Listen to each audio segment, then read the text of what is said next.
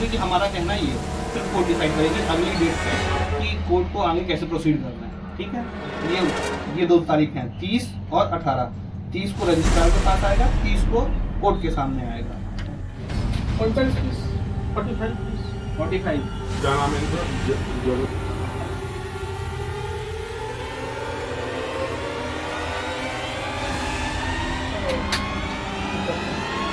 अगर वो मिलता है तो काम करता है।